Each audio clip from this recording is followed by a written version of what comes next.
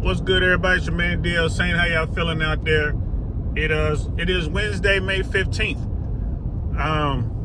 Have you guys heard the latest in the Tory Lanez story? I was just watching Lockdown23and1, and I will link it below.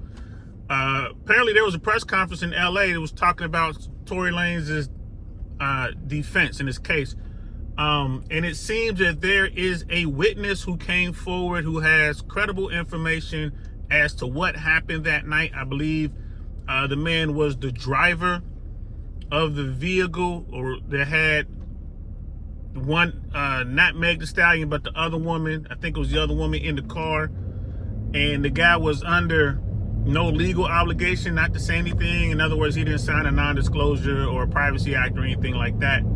So he came out, and after this attack on Tory Lanez and it's in the news, he came out and he allegedly gave testimony that lines up with the defense, or the same story that Tory Lanez's defense put out in court.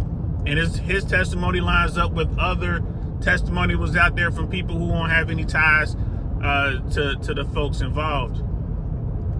Now, this is all to do with the shooting that Tory Lanez is doing time for. So if all this is true, like the press conference, I'll link that below so you guys can check out the press conference. But just kind of looking at it, like this process was already happening, and people are saying it looked like that Tory Lanez was going to get released, if not a full pardon, because it looks like he's innocent, which is what he said from the beginning. It looks like he's innocent. So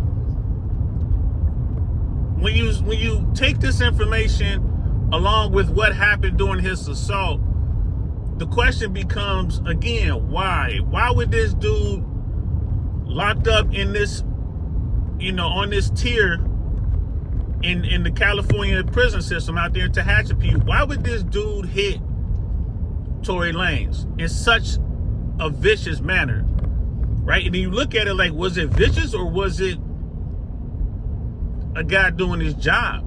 Was it a competent manner? Like, did somebody maybe give some incentive or pay some money or do something for this dude on the outside, so long as he, wet Tory Lanez on the inside? Because everyone's trying to figure out why he got touched like this. And the thing is, if he was doing something bad, if he was out of bounds, if he was just treating people wrong inside the system, we would have heard it by now. People would have told you, like, yeah, he was wrong, he was doing this, that, and the third. He said something to these people or those people, and they reached out and touched him. We're not hearing any of that.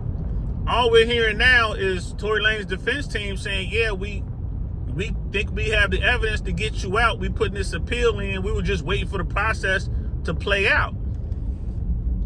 And again, it could be that, all right, no one paid this guy, but this guy heard through the grapevine or through media sources, or maybe Tory Lanez said it. Maybe Tory Lanez was talking fly to Tory, and Tory was like, look, man, I'm about to go home, man. I ain't got time to deal with you. You gonna be here for the rest of your life. I'm finna go home. I'm gonna be having a 6-way with the finest women on the planet in my hot tub, drinking on some champagne. And then maybe dude just crashed out, like, all right, well, you ain't going nowhere, and just hit him. Could have been something like that. For those people, like, you need to watch those prison YouTubers, man. They'll tell you, if you ever find yourself in a situation where you in jail or locked up, don't tell people when you're going home. Don't tell them. Don't tell them. They might try to do something to keep you in there. So I have no idea what's happening with the case, but in that press conference, I was able to watch a little bit of that press conference, and his defense team stated that they're trying to keep him from being Tory Lanez. They're trying to keep Tory Lanez from returning to custody. They want to be able to let him recover as a free man, recover at home, because they have this credible information, and allegedly the DA in the case was doing some dirty deeds. That's what they allege. The DA railroaded Tory Lanez. That's what's being alleged here. So this is really fascinating. If all this is true, you know, it's very, very intriguing as to why he got hit like that, knowing Tory Lanez certainly knows what's going on with his appeal. Like, he know, like, I'm about to go home. This looks good. I'm about to get up out of here.